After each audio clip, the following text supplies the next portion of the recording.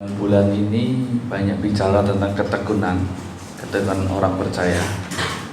Ya karena ketekunan itu sesuatu yang harus atau karakter yang harus Anda miliki di dalam perjalanan iman kita. Ya. Nah, hari ini kita akan bicara tentang bertekun di jalan Yesus. Saya kasih gambar itu padang gurun. Ya, kenapa saya kasih gambar padang gurun? Saya teringat dengan perjalanan orang Israel yang ketika mereka keluar dari Mesir sampai menuju ke tanah Kanaan.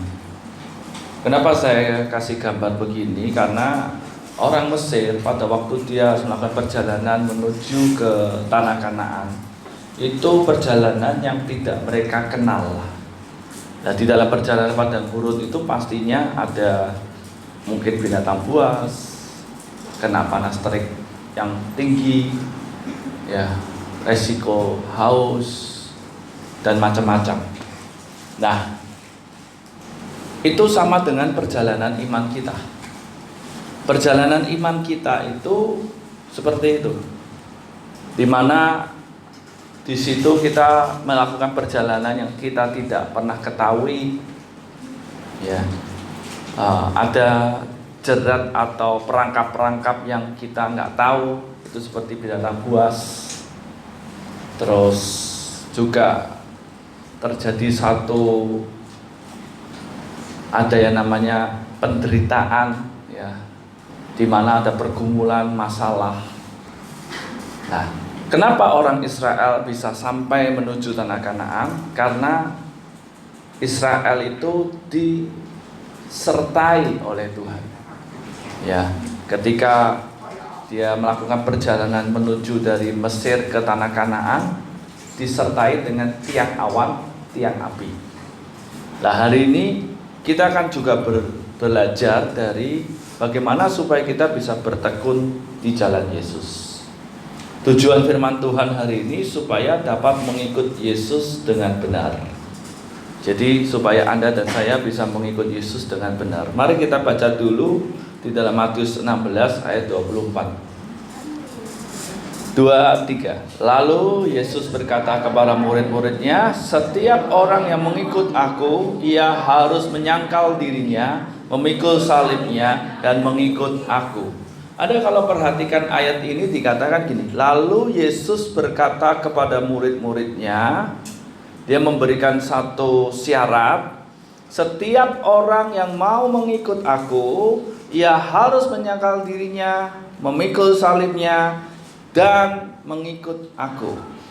Ini sebagai satu gambaran, sebenarnya Yesus sedang ngomong gini, kalau kamu mau ikut aku, kamu siapkan dirimu untuk menderita. Loh Pak, menderita bagaimana? Kan bukankah kita ketika percaya Yesus dikatakan hidup berkelimpahan, diberkati? Kok sekarang Bapak ngomong penderitaan? Ya karena Yesus ngomong gini, kamu harus menyangkal dirimu, memikul salib. Artinya kita mesti siapkan diri kita untuk menderita. Menderita dalam arti begini, bukan untuk jadi miskin, bukan untuk tidak punya apa-apa, bukan itu yang dimaksudkan Tuhan. Yang dimaksudkan Tuhan adalah menderitamu adalah ketika kamu diproses di dalam jiwamu. Ketika kamu disakiti, kamu ngampuni, nah itu sangkal diri. Ketika kamu mau marah, kamu menguasai dirimu, itu sangkal diri, pikul salib. Nah itu menderita. Kalau cuma hanya miskin, tidak ada gesekan di dalam jiwamu, di dalam hatimu, masih mudah. Kenapa? Karena di luar sana yang miskin banyak dan mereka bisa menikmati itu. Tapi kalau sudah bicara tentang harga diri, bicara tentang pikiran, perasaan, hati, waduh, mau yang miskin sampai yang kaya, yang pintar sampai yang bodoh, semuanya mengalami penderitaan. Loh kenapa? Coba hari ini kalau Anda disakiti, Anda nggak salah. Anda datang, Pak, minta maaf ya Pak. Sakitnya di mana? Di sini. Itu yang sakit. Itu yang namanya menderita. Nah, itu yang Tuhan mau supaya Anda miliki dulu sebelum ikut. Kamu mesti siapkan sangkal diri, pikul salib. Jadi ini sesuatu yang kita sebagai orang Kristen itu mesti miliki. Jadi Anda menjadi orang Kristen bukan untuk kaya, bukan untuk diberkati. Kalau diberkati kaya, saya pikir orang di luar Yesus pun juga banyak yang diberkati, banyak yang kaya. Jadi tidak perlu ikut Yesus pun bisa gitu loh. Nah, kenapa Anda mau ikut Yesus? Karena Anda mengharapkan ini yang namanya kemuliaan kekal. Yang di situ untuk mencapai itu harus diproses yang namanya karakter. Supaya Anda memiliki kualitas standar yang sama seperti Yesus. Lah, itu yang menderita. Makanya Yesus ngomong harus menyangkal diri, memikul salib. Ini kalau saya gambarkan gini, menundukkan harga diri, ego, pikiran, perasaan di bawah kaki Yesus. Itu yang paling susah. Makanya Yesus ngomong harus siap. Dikatakan ia harus, bukan ia akan, bukan harus. Berarti setiap kita harus mengalami. Ya. Nah, bagaimana supaya Anda dan saya bisa bertekun di jalan Yesus? Yang kita harus lakukan, siap untuk dipimpin. Ya, Galatia 5 ayat 25. Jikalau kita hidup oleh Roh, baiklah hidup kita juga dipimpin oleh Roh. Jadi kalau kamu, Anda dan saya hidup oleh Roh, berarti hidup kita juga dipimpin oleh Roh. Lah, ketika kita mau hidup oleh Roh, ini yang namanya sangkal diri, pikul salib. Anda harus mau mematikan yang namanya keinginan daging. Ini awal. Jadi ketika Anda percaya Yesus, ketika Anda menyerahkan hidupmu pada Yesus, oke lah, anggap aja begini, Anda mulai menyerahkan dirimu untuk baptis, percaya Yesus, itu bukan begini, oh saya jadi anggota gereja. Salah. Anda bukan untuk menjadi anggota gereja. Kalau kita ngomong soal baptisan, mati bagi dosa, hidup bagi Allah. Artinya, ketika Anda mau menyerahkan hidupmu kepada Yesus, Anda berkata aku percaya Yesus, berarti awal Anda berkata gini, aku mesti mati bagi manusia lamaku. Lah, ini yang namanya sangkal diri, pikul salib. Mematikan terus. Ya, misalnya Anda punya karaktermu sensitif, Anda akan digesek terus sama sesama. Entah itu temanmu, entah itu keluargamu, entah itu mungkin pelayan, hamba Tuhan, akan digesek terus sampai sensitifmu itu hilang, sampai Anda bisa mematikan. Nah, disitulah kita perlu yang namanya Roh Kudus. Dan itu yang namanya sangkal diri, pikul salib. Makanya orang kalau dia suka lari dari yang namanya Roh Kudus, tidak selesai. Kayaknya kita ini mesti relakan diri kita untuk dipimpin. Nah, Roma 5 ayat 25 dalam bahasa Indonesia masa kini dikatakan nih, Roh Allah sudah memberikan kepada kita hidup yang baru. Dengar ya, hidup yang baru. Berarti artinya gini, ketika kamu percaya Yesus, kamu memulai hidup baru. Bukan hidup yang lama, hidup baru. Yang kedua, kalau hidup baru, berarti gini, ketika kamu percaya Yesus, hidupmu dimulai, belum selesai. Seringkali orang ini gini, orang Kristen itu begini, ketika percaya Yesus menganggap gini, oh saya sudah masuk ke surga. sehingga hidupnya semaunya sendiri. Makanya seringkali banyak orang Kristen terus berbuat dosa. Kenapa? Kenapa nggak mau bertobat loh? Kan saya udah percaya Yesus. Kalau saya percaya Yesus kan masuk surga. Nah, ini yang jadi masalah.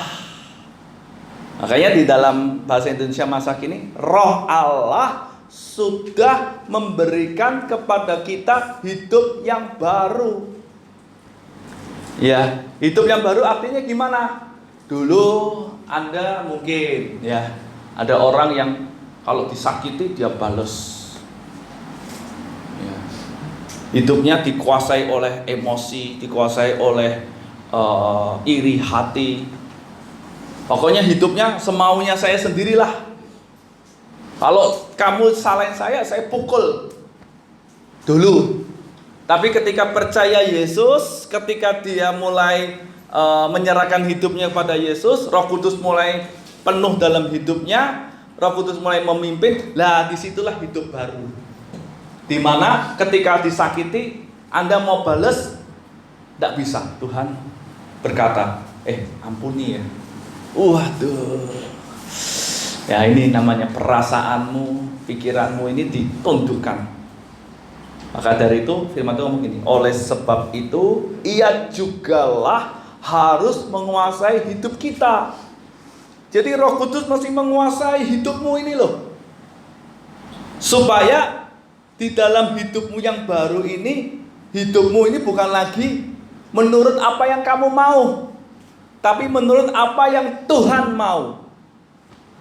Ini artinya Anda kehilangan hak untuk hidup semaunya sendiri. Kehilangan hak di situ. Jadi kalau dulu hidupmu punya hak semaunya sendiri, tidak ada yang dipikirkan, pokoknya hidupku. Kalau aku mau begini, kamu mau apa? Hari ini ketika Anda percaya Yesus, Roh Allah sudah memberikan hidup yang baru, Dia harus menguasai hidup kita. Di situ kita berkata, Tuhan, aku sudah kehilangan hak. Hak apa? Hak untuk berbuat semaunya sendiri. Anda dan saya sudah nggak bisa punya hak untuk melakukan apa yang kita pandang baik. Hidupmu sudah begini, hidupmu mesti hidup menurut apa yang Tuhan pandang baik. Nah ini yang kita mesti tahu. Orang itu seringkali berpikir, oh kan yang penting baik. Baik menurut siapa? Hanya orang selalu cari pendukung. Kan tuh orang tuh semua bilang baik. Itu kan menurut orang. Kalau hidupmu yang dulu oke. Yang sekarang tidak oke. Kalau Tuhan berkata orang banyak bilang baik, Tuhan bilang tidak baik, ya tidak baik. Ya saya kasih contoh yang paling simpel. Ada suami istri bertengkar. Suaminya selingkuh. Istrinya kena kekerasan. Semua orang berkata yang baik buat kamu itu cerai. Orang banyak dari A sampai Z, dari orang 1 sampai orang yang ke-10, ke-20, 30 berkata cerai itu nggak apa-apa. Tapi menurut Tuhan boleh nggak? Nah, boleh. Jadi mau 100.000 berkata baik, tapi kalau Tuhan berkata tidak baik, no. Nah itu yang namanya Roh Kudus menguasai hidup kita. Nah itu yang Tuhan mau dalam hidup kita. Bukan hanya sekedar Anda jadi orang Kristen. Makanya ini loh, kita ini mesti siap untuk dipimpin. Itu artinya ya berubah juga di sininya. Pikiranmu, perasaanmu, kehendakmu ini mesti berubah. Saya paling suka ayat Galatia 2:20. Hidupku bukan lagi hidupku, melainkan Kristus yang hidup di dalam aku. Nah itu yang kita mesti punya itu. Artinya Anda kehilangan hak. Dulu kalau Anda ngomong, ya pokoknya ngomong aja. Mau nyakiti nggak nyakiti terserah. Ngomong pedes nggak pedes urusanku. Sekarang Anda kalau ngomong, bukan tidak punya hak lagi asal ngomong. Karena apa? Mulutmu ini, kalau kamu ngomong, orang lain mungkin bilang, oh tidak apa-apa. Atau bilang apa-apa, tidak boleh. Waduh Pak, hidupnya berarti seperti orang yang terpenjara. Enggak, Anda dilepaskan dari ikatan belenggu dosa sebenarnya. Ya, dalam firman Allah yang hidup berkata begini, kalau sekarang kita hidup oleh kuasa Roh Kudus, marilah kita mengikuti pimpinan Roh Kudus. Dikatakan dalam setiap segi kehidupan kita. Segi, berarti setiap segi kehidupanmu, seluruh aspek hidupmu, termasuk kamu mau bertindak apapun, Anda mesti berdoa, Tuhan boleh nggak ya? Nah, orang mau dipimpin kan begitu. Tidak bisa hanya sekedar, wah pokoknya aku pandang baik, aku lakukan. Tidak bisa lagi. Anda sudah gini, Tuhan kalau aku lakukan ini kira-kira boleh nggak ya Tuhan? Salah nggak ya? Nah itu sudah mesti begitu. Makanya kita ini, kenapa Anda disuruh bertekun di dalam doa, di dalam firman, supaya Anda itu bisa mengenal siapa toh Yesus, bagaimana toh pribadinya, bagaimana toh karakternya. Kalau nggak bisa, gimana kita bisa melakukan itu? Ini kan sesuatu yang kita harus ubah. Dulu kita nggak begitu, sekarang harus begitu. Nah, kalau kita tidak mau terus bergaul karib dengan Tuhan, susah. Ya, lah. Untuk dipimpin itu diperlukan yang namanya ketaatan. Itu sangat perlu. Nah inilah yang harus diusahakan dengan sungguh-sungguh, karena ini adalah bagian kita. Jadi ketaatan itu bagiannya kita, bukan bagiannya Tuhan, bagiannya kita. Anda itu mesti taat. Kalau tidak taat, tidak bisa. Makanya tanpa ketaatan tidak mungkin seseorang dapat dipimpin. Mesti taat. Taat itu mutlak. Makanya di dalam kekristenan itu yang sangat memiliki nilainya tuh tinggi, nilainya berharga di mata Tuhan, itu ketaatan. Ketaatan ketundukan. Ya. Nah, ketaatan kepada Tuhan digambarkan seperti apa? Taat kepada pemimpin, taat kepada istri, kepada suami, anak kepada orang tua. Itu mesti, loh Pak, kalau suamiku salah, masa saya sebagai istri mesti nurut? Nah ini yang kadang-kadang orang tuh keliru. Taat misalnya kepada suami, suamimu salah, Anda bukan taat kepada yang salahnya, tapi Anda taat kepada perintah Tuhan di dalam hidupmu. Contoh, suamimu itu misalnya salah, punya, anggap aja suka melakukan kekerasan, ya, ngomong kotor. Terus apakah Anda mesti taat kepada itu? Enggak. Maksudnya Tuhan gini, taatnya adalah kamu tetap tunduk kepada suamimu dengan cara melayani dia, berbuat baik, mengasihi. Lah itu yang Tuhan mau. Karena ada orang gini, suamiku begitu, ngapain aku mesti melayani? Lah itu yang namanya nggak taat. Loh dia kan salah, ngapa aku harus tetap berbuat baik? Pulang kerja mesti ini salah, ini yang salah. Caranya gimana? Ya Anda tetap harus menghormati, tetap ngomongnya yang baik, tetap mengasihi. Lah itu yang namanya tunduk atau taat kepada Tuhan. Dengan dinyatakan melalui suamimu itu loh. Nah, misalnya terhadap pemimpin, pendeta, hamba Tuhan dengan jemaat. Gimana Pak kalau hamba Tuhannya salah? Loh, kalau hamba Tuhannya salah, ya kamu mesti doakan. Tapi kamu tidak boleh begini, ngumbar kesalahannya. Itu yang tidak benar. Kita nggak perlu nuruti yang salahnya. Yang perlu Anda lakukan, Anda mesti nurut dengan apa yang Tuhan katakan dalam hidupmu. Bagaimana kalau pemimpinmu salah? Doakan. Tetap setia beribadah. Tetap melakukan bagiannya sebagai seorang jemaat dengan setia, dengan tunduk kepada Allah. Nah itu. Tapi kan banyak orang begini. Pemimpinnya begitu. Gimana pemimpin gak bisa kasih teladan? Lebih baik pindah gereja aja. Apalagi di Pontianak, Kuburaya ini kan banyak gereja.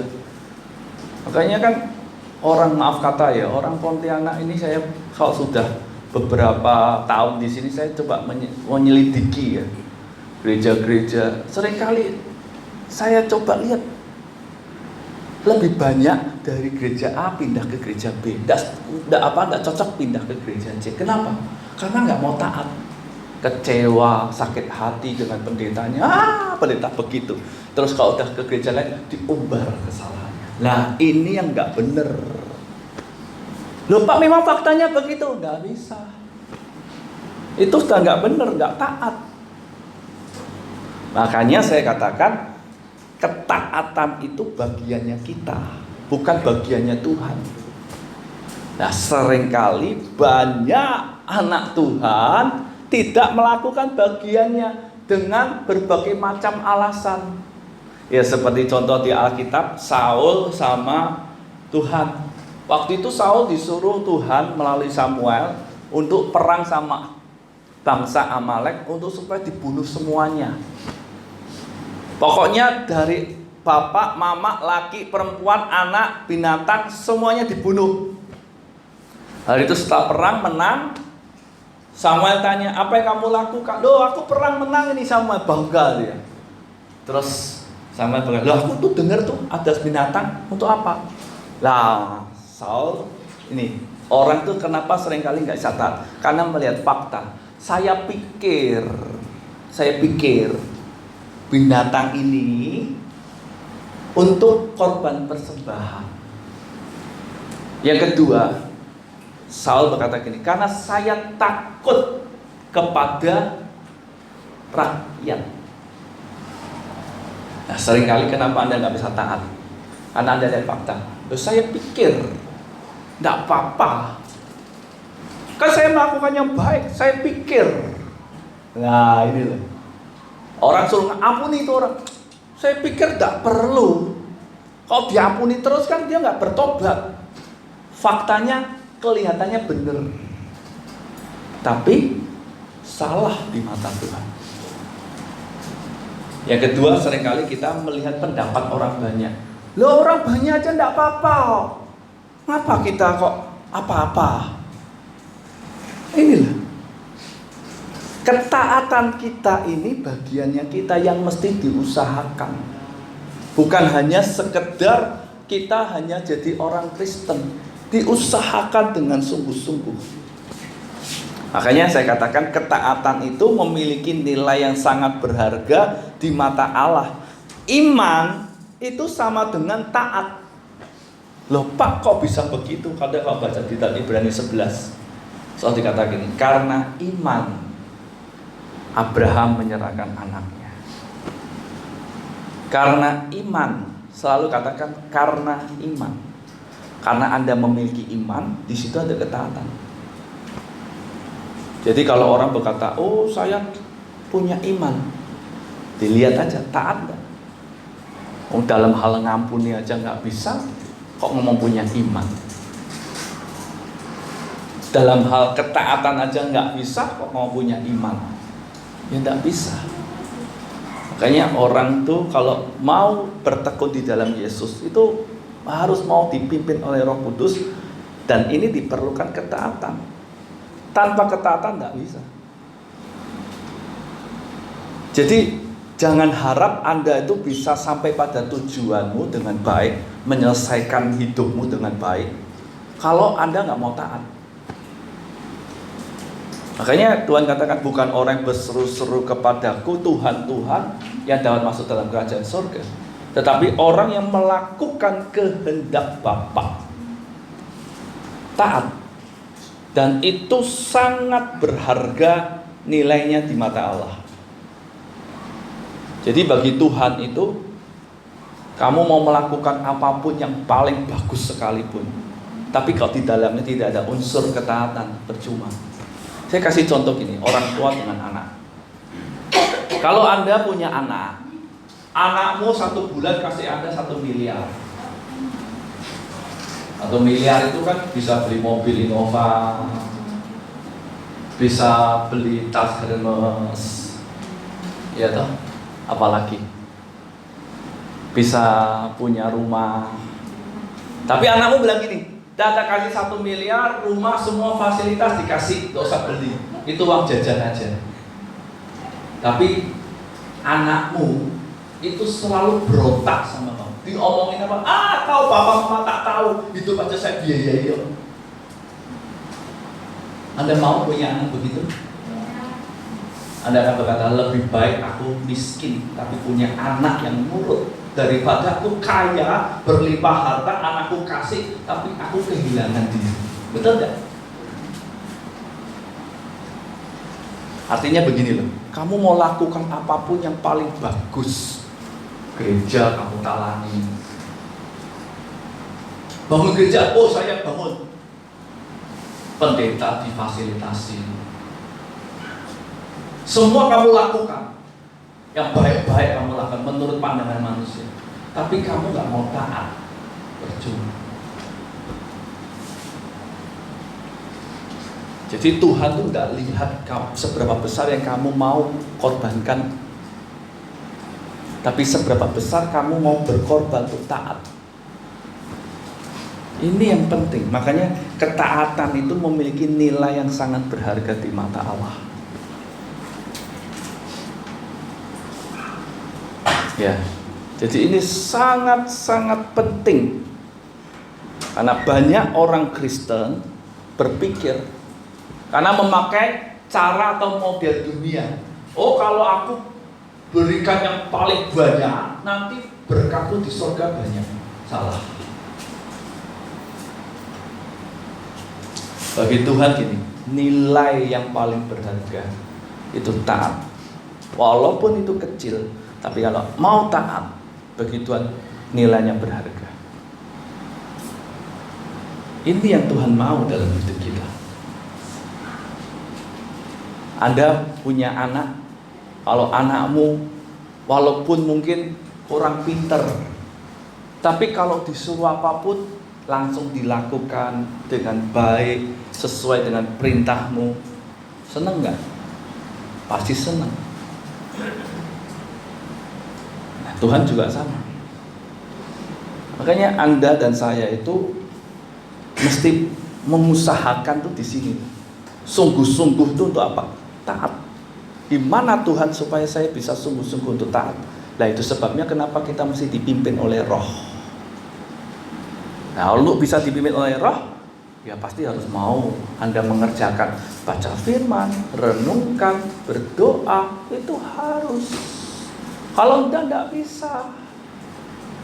Itu sesuatu yang mustahil. Makanya kalau orang berkata, waduh, saya mau taat tapi tidak mau mengerjakan itu, tidak bisa. Bohong. Lupa saya dengar langsung dari Tuhan. Tuhan yang mana? Kita dikasih Alkitab buat apa? Ya untuk dibaca, untuk direnungkan. Karena ini kan isinya kan tentang apa? Tuhan Yesus. Ini surat cintanya Tuhan. Apa yang Tuhan suka, apa yang Tuhan tidak suka, di sini semua. Ya. Jadi ketaatan itu ukuran dari pengenalan kita. Jadi ketaatanmu itu menentukan kualitas pengenalanmu. Jadi kalau kamu taatnya itu kadarnya rendah, berarti kualitas pengenalanmu rendah. Ya. Yaitu Yohanes 2 ayat 3 dan 4. Dan inilah tandanya bahwa kita mengenal Allah, yaitu jikalau kita menuruti perintah-perintahnya. Barang siapa berkata aku mengenal dia tetapi ia tidak menuruti perintahnya, ia adalah seorang pendusta dan di dalamnya tidak ada kebenaran. Anda perhatikan ya, garis tulisan yang saya hitami. Jikalau kita menuruti perintah-perintahnya. Jadi kamu dikatakan kenal kalau kita menuruti perintah-perintahnya. Nah, kalau ada orang berkata aku kenal dia tapi tidak menuruti perintahnya, dikatakan pendusta. Di dalamnya tidak ada kebenaran. Jadi jelas di sini ketaatanmu itu menentukan kualitas sebagai tanda bahwa kamu tuh mengenal. Makanya orang kalau dia berkata aku kenal Tuhan, tapi dalam hal menuruti perintah aja dia nggak bisa, pendusta. Dikatakan di dalamnya tidak ada kebenaran. Dalam terjemahan yang lain, dalam bahasa Indonesia Masaki dikatakan kalau kita taat kepada perintah-perintah Allah, itu tandanya bahwa kita mengenal Allah. Orang berkata saya mengenal Allah tetapi tidak taat kepada perintah-perintahnya, orang itu pendusta. Dan Allah tidak berada di dalam hatinya. Ya, jadi Anda mesti ngerti, kita ini mesti ngerti bahwa kalau Anda kenal, Anda mesti mau taat. Kenapa? Karena kita tahu bahwa kita kenal Tuhan kita tuh baik. Jadi kalau dia memberikan perintah, itu mesti baik untuk kita. Sehingga kita mau taat. Seperti orang tua dengan anak lah. Kalau anak itu mengenal bapaknya sayang sama anaknya, apapun yang bapaknya katakan, dia akan lakukan. Kenapa? Karena dia yakin apa yang bapaknya perintahkan, katakan pasti baik untuk saya. Nah, hidup kita juga sama.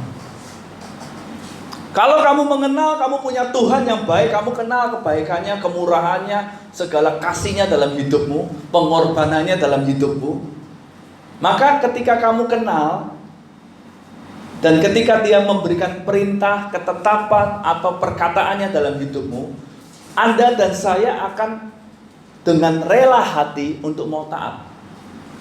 Kenapa? Karena kita tahu bahwa apa yang dia lakukan, dia pasti lakukan untuk saya yang terbaik. Apa yang dia perintahkan, pasti yang terbaik untuk saya. Tidak mungkin kecelakaan. Loh kok bisa beginilah? Nyawanya aja diberikan. Anda bayangkan aja kedudukannya Yesus ketika di sorga itu Allah. Tapi dia rela menjadi manusia. Di dalam Filipi dikatakan gini, dalam kesetaraannya dengan Allah, dia tidak menganggap itu sebagai sesuatu yang dapat dipertahankan, melainkan dia mengosongkan dirinya dan mengambil rupa sebagai seorang hamba. Dan dia taat sampai mati. Yesus. Anda bayangkan Allah, dia tinggalkan sorga, kebilangan kemuliaannya, dia jadi manusia. Hanya itu satu, nebus dosamu dan dosa saya, dosa semua manusia. Anda bayangkan, dirinya saja diberikan untuk kita. Sekarang kurang baik apa? Dan itu menjadi alasan kita untuk taat, bahwa apa yang dia katakan itu pasti terbaik buat saya. Makanya kenapa 1 Yohanes katakan, kalau kita taat kepada perintah-perintah Allah, itu tandanya bahwa kita mengenal Allah. Kita kenal siapa dia. Makanya orang itu rela untuk taat itu karena dia kenal, memahami akan besarnya, dalamnya, lebarnya kasih Allah dalam hidupnya. Kalau tidak mungkin. Saya selalu katakan, kalau kita ini tidak mau membangun satu hubungan atau bergaul karib dengan Tuhan, itu susah. Karena satu penyakit kita itu penyakit lupa. Penyakit yang susah disembuhkan. Lupa ya. Kadang-kadang orang dulunya tidak punya apa-apa, diberkati punya apa-apa, lupa. Tapi Tuhan selalu baik. Ketika kita lupa, dia ingatkan.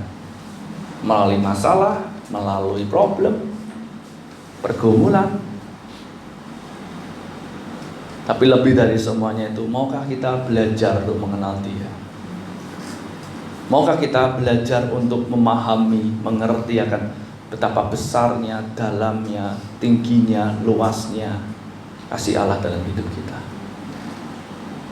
sehingga kita rela untuk taat karena kita mengenal Dia. Dan ketaatan yang kedua itu menandakan bahwa kita hidup di dalam Dia. Dalam 1 Yohanes 2 ayat 5, tetapi pada siapa menuruti firman-Nya, di dalam orang itu sungguh sudah sempurna kasih Allah. Dengan itulah kita ketahui bahwa kita ada di dalam Dia. Barang siapa mengatakan bahwa ia ada di dalam Dia, ia wajib hidup sama seperti Kristus telah hidup. Dikatakan barang siapa menuruti firman-Nya, Anda perhatikan yang saya hitami, kita ketahui. Jadi bagaimana supaya kita bisa mengetahui bahwa kita ada di dalam Kristus? Ketika kita mau menuruti firman-Nya, taat. Jadi simple. Jadi Anda itu bisa mengukur gitu loh. Sebenarnya ini Tuhan itu memberikan satu cara untuk mengukur. Kalau kamu kurang kenal, maka ketaatanmu kurang rela.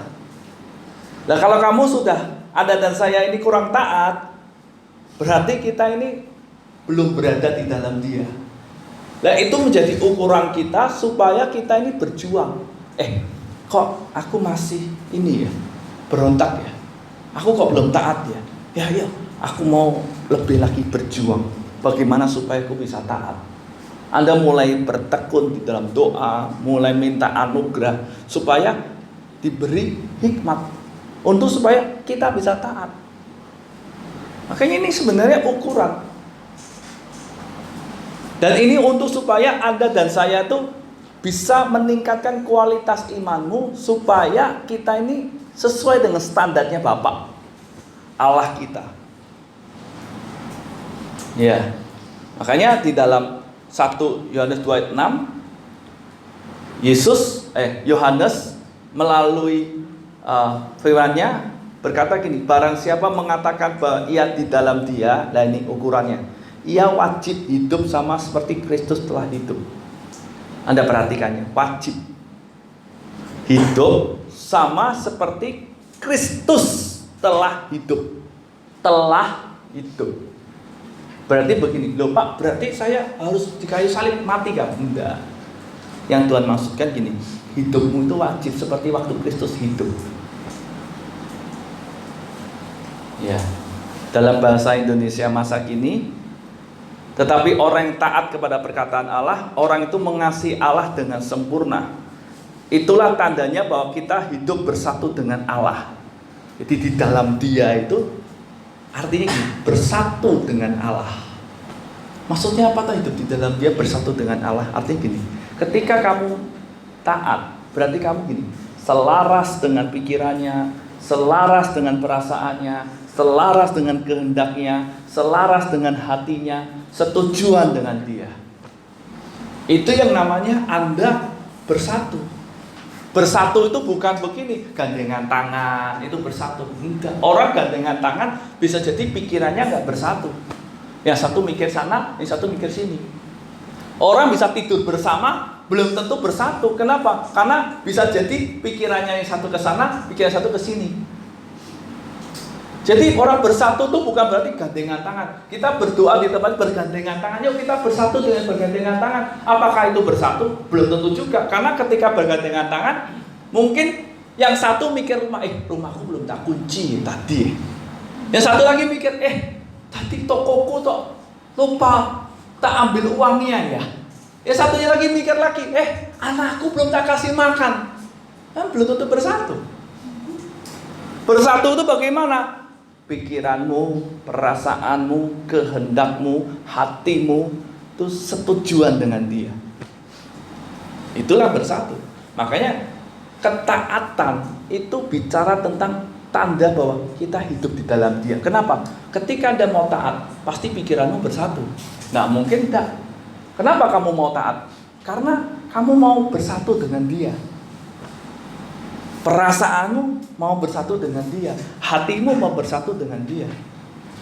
Ayat 6, barang siapa berkata bahwa ia hidup bersatu dengan Allah, ia harus hidup mengikuti jejak Kristus.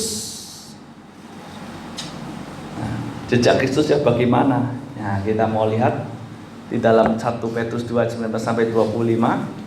Sebab adalah kasih karunia jika seorang karena sadar akan kehendak Allah menanggung penderitaan yang tidak harus ia tanggung. Jadi gini, saya kasih contoh begini aja. Jadi ini mungkin kalau tidak kasih contoh nggak paham.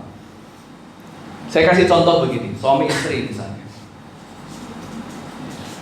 Suami atau istrinya mungkin salah satu lah, anggap aja suaminya. Suaminya ini jahat, punya selingkuhan.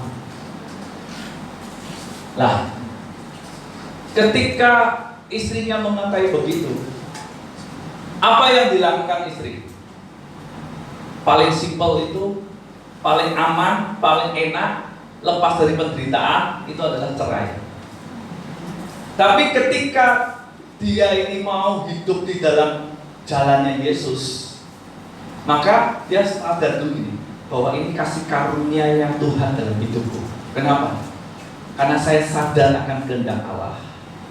Saya rela menderita dengan penderitaan yang tidak harus saya tanggung. Kenapa? Karena kalau saya cerai, saya lepas dari penderitaan. Tapi kalau saya tetap di dalamnya, berarti saya mesti menderita dengan penderitaan yang tidak harus saya tanggung. Kenapa? Karena ketika dia tetap, dia harus ngampuni suaminya. Menderita nggak? Ngampuni aja sudah menderita. Ditambah lagi 2, dia harus tetap baik sama suaminya, menghormati suaminya, mengasihi suaminya. Orang jadi konyol gitu Pak. Tapi kalau orang bisa sadar akan kehendak Allah, dia akan lakukan itu. Kenapa? Karena dia sadar ini kasih karunia.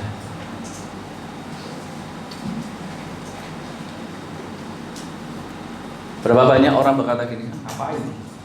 Kok enak? Tapi inilah jejaknya Kristus. Apa yang Yesus lakukan?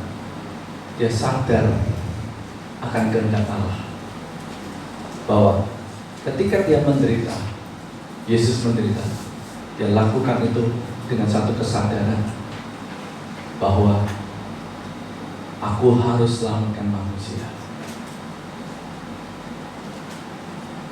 Wow, dahsyat. Dia harus tidak menderita untuk kita? Tidak harus. Yesus harus gak menderita untuk kita? Tidak harus.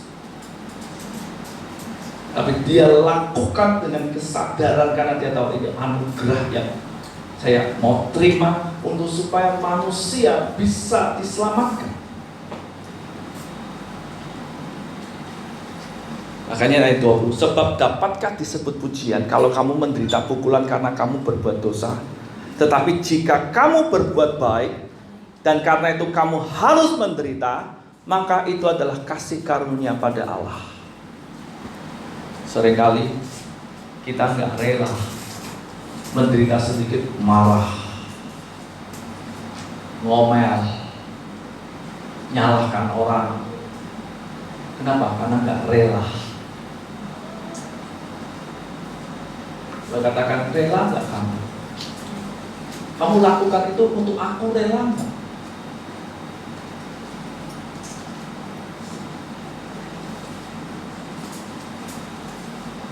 Makanya ayat 19, sadar akan kehendak Allah.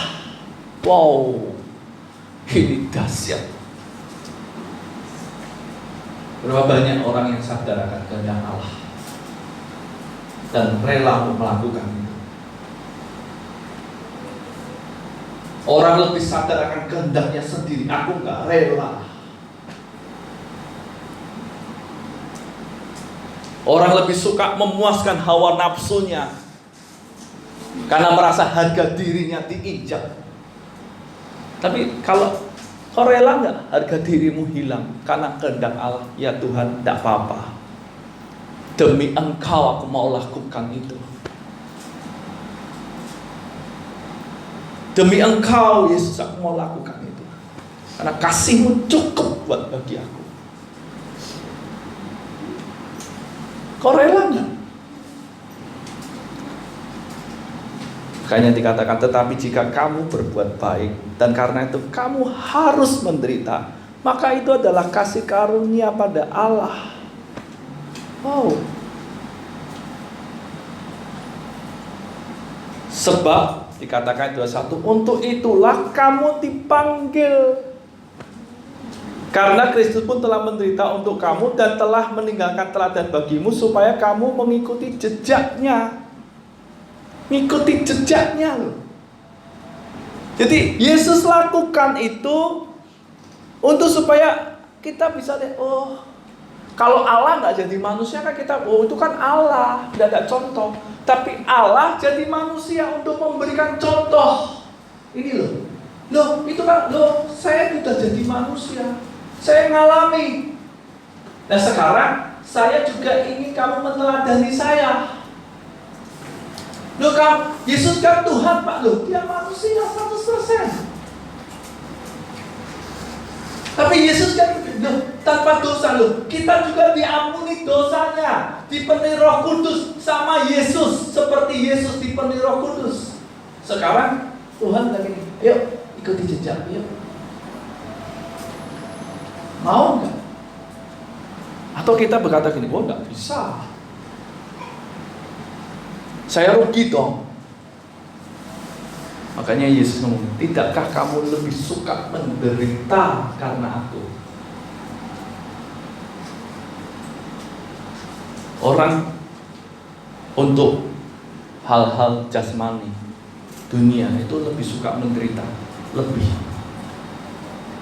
rela. Tapi untuk hal-hal yang kekal, orang tidak suka. Anda dan saya harus mau. Ini namanya kita mau menundukkan diri di situ. Susah nggak? Susah. Sulit nggak? Sulit. Saya nggak bilang mudah, sulit.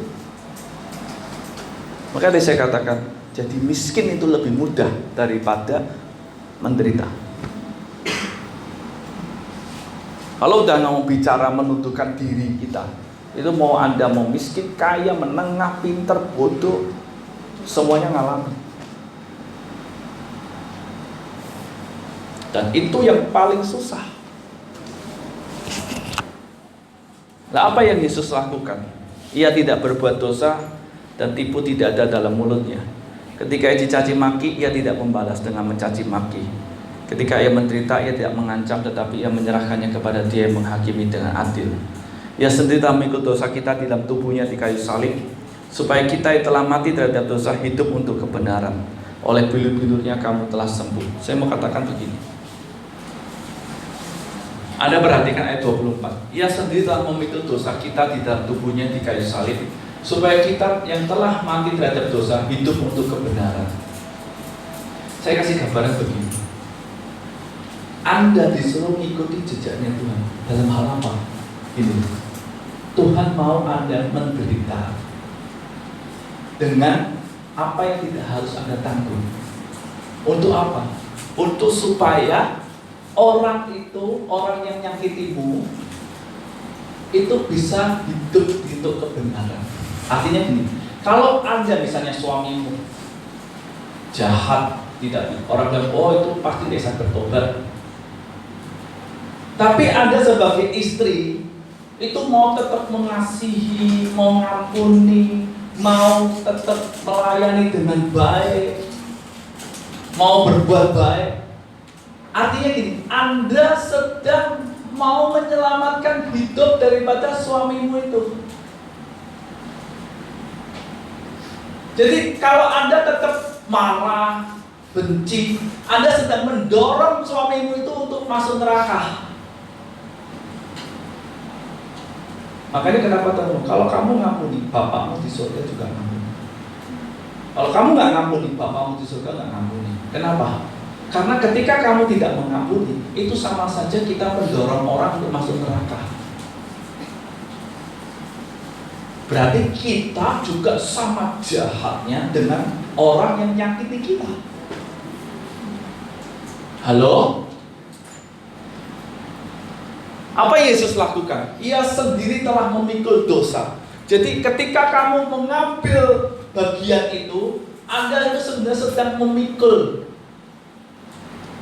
Anda jadi imam, memikul dosa itu di dalam tubuhmu ini. Ada namanya memikul salib.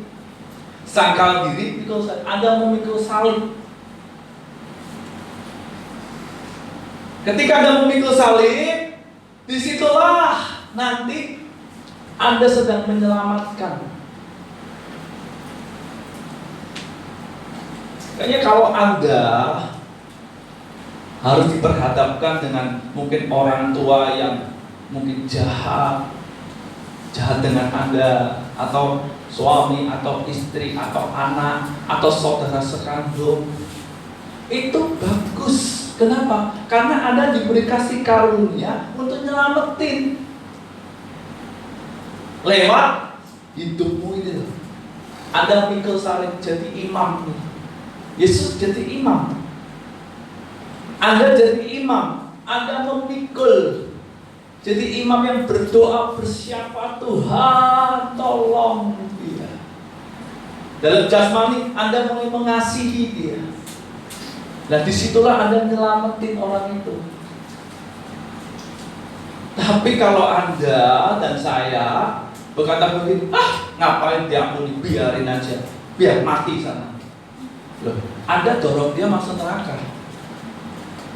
Nah sekarang saya tanya, orang kalau dorong orang masuk neraka walaupun dia sejahat apapun, kita juga lebih jahat dari orang itu sebenarnya. Dengar ya. Orang yang tidak mau mengampuni, orang itu lebih jahat daripada orang yang nyakiti. Kenapa? Dorong. Seharusnya kamu bisa selamatin lewat hidupmu. Tapi karena kamu tidak mau lakukan itu, kamu dorong. Itu lebih jahat. Makanya kenapa Tuhan ngomong gini, kalau kamu gak bisa ngampuni, Bapamu di surga juga gak ngampuni. Bahkan Tuhan kasih perumpamaan, guru berapa kali kami harus mengampuni? 70 kali 7. 70 kali 7 kali. Terus Yesus kasih perumpamaan, ada orang hutangnya anggap aja 1 triliun, dia sampai nangis-nangis. Raja itu udah tak ampuni, tak putihkan. Suatu ketika ada orang cuma hutang 1 juta, dia, ayo bayar, kalau nggak mau bayar tak masuk ke penjara. Mana ampun Tuhan, ampun, nggak bisa bayar, dimasukkan penjara. Apa yang dikatakan oleh firman Tuhan? Raja itu murka. Loh, kamu kan tak ampuni, masa ngampuni orang aja nggak bisa? Dosamu tuh besar banget sama dosa orang itu. Kenapa murka? Karena dia lebih jahat daripada orang itu sebenarnya. Nah, seringkali banyak orang itu tanpa sadar jadi penjahat. Walaupun dia baik, tanpa sadar. Di hadapan Tuhan tuh jadi penjahat.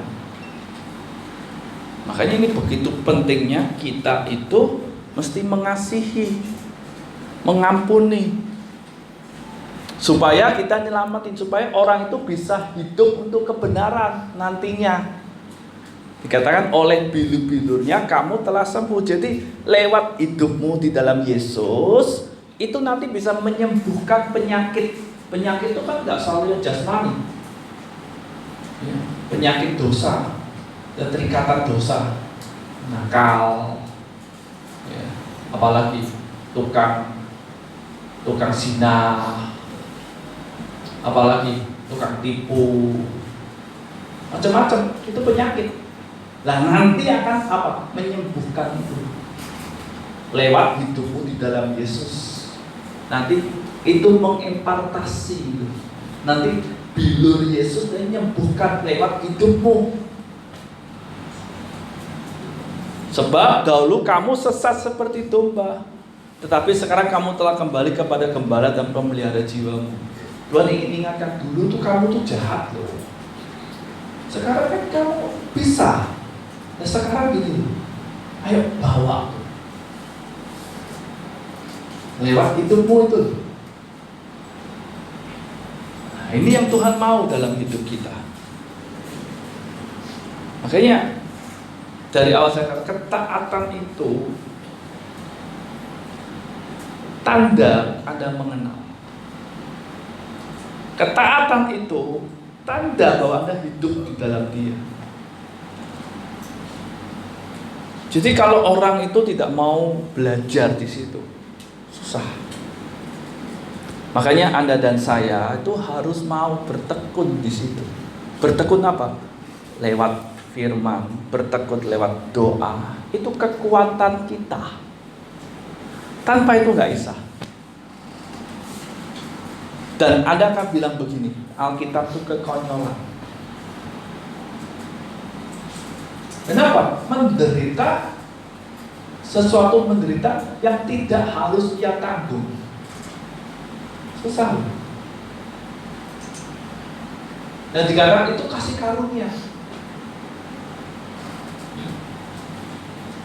Makanya Anda tuh bersyukur kalau Anda punya suami atau istri gak benar. Kenapa? Berarti Tuhan kasih Anda kesempatan untuk pertama belajar untuk taat. Berarti pengenalanmu semakin bertambah. Yang kedua, dapat anugerah untuk nyelamatin. Yang ketiga, Anda dapat anugerah untuk hatimu dipulihkan. Tapi orang kan enggak bisa. Gitu enak sekali. Kalau aku menderita, dia juga harus menderita. Waduh. Kenapa? Karena nggak kenal. Dari itu mari kita sebagai anak-anak Tuhan, yuk belajar. Saya tahu ini sulit, tapi kita harus belajar. Apalagi dalam hal perkataan, harus belajar. Kalau kita nggak belajar, maka sulit bagi kita pada akhirnya untuk menyelesaikan hidup kita dengan baik. Kalau tidak diselesaikan dengan baik, maka jangan harap Anda bisa masuk surga. Jadi saya rindu setiap kita, ayo kita belajar bertekun di dalam jalannya Yesus. Mari kita datang kepada